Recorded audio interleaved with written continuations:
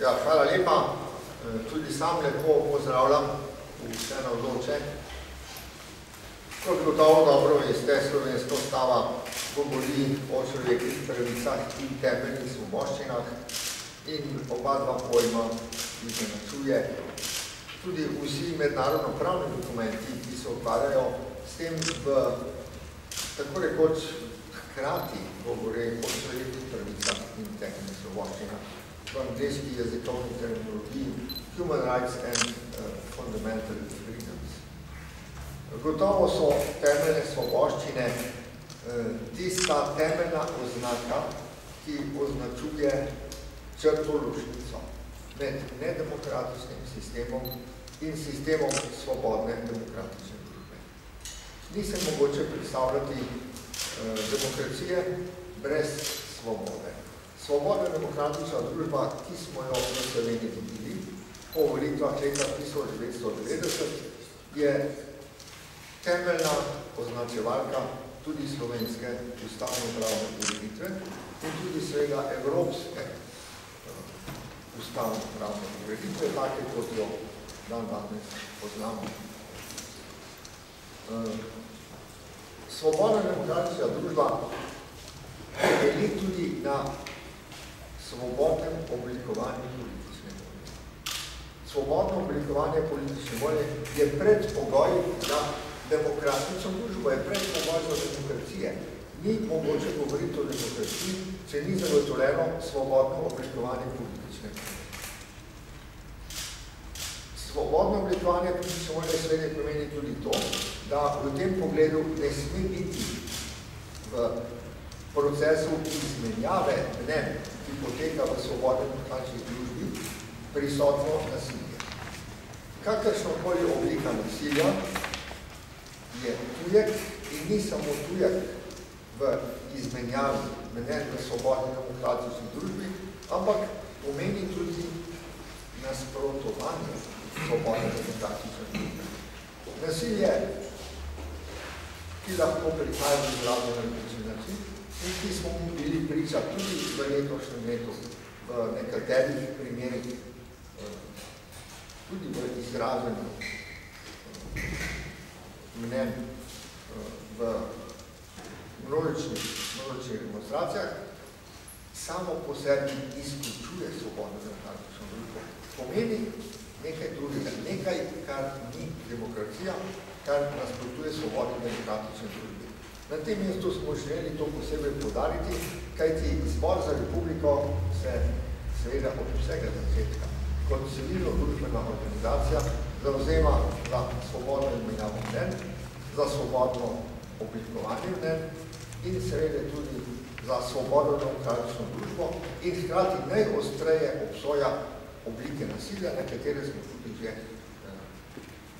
večkrat opozorili in ki se lahko pojavljajo se strani ekstremnih političnih ideologov in tistih, ki to potem tudi na tak ali drugačen izražajo lahko danes tudi preko interneta ali na druge načine ljudem.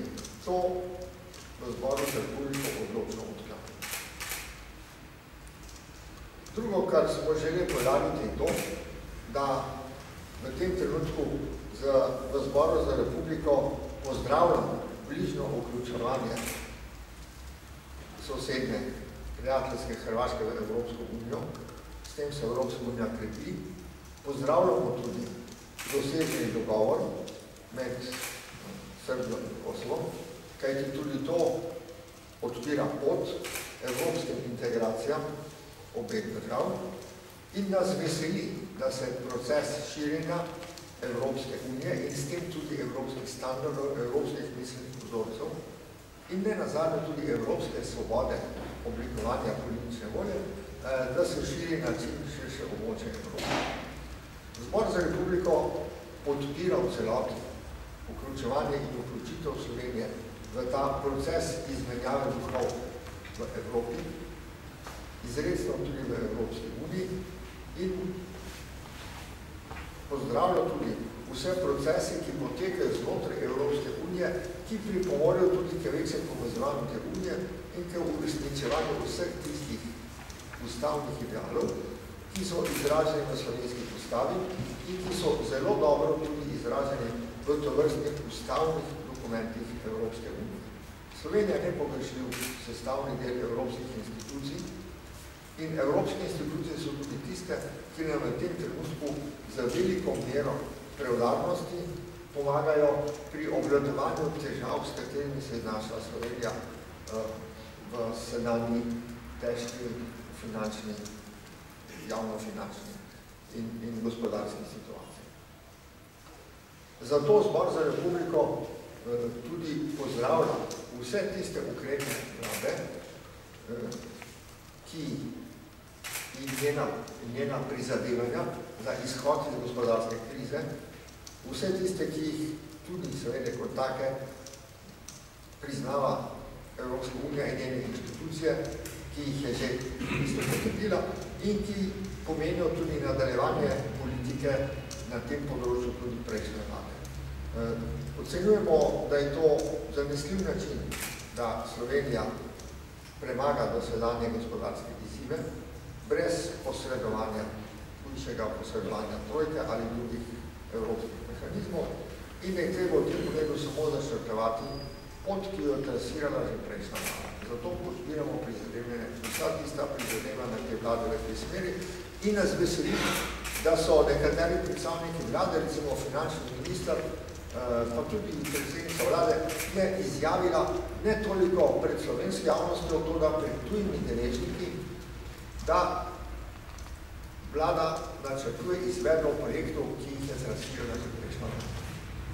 To se nam zdi dobro in to je tudi neka zanesljiva pot, da se Slovenija izogne hujšim preizkušnjam.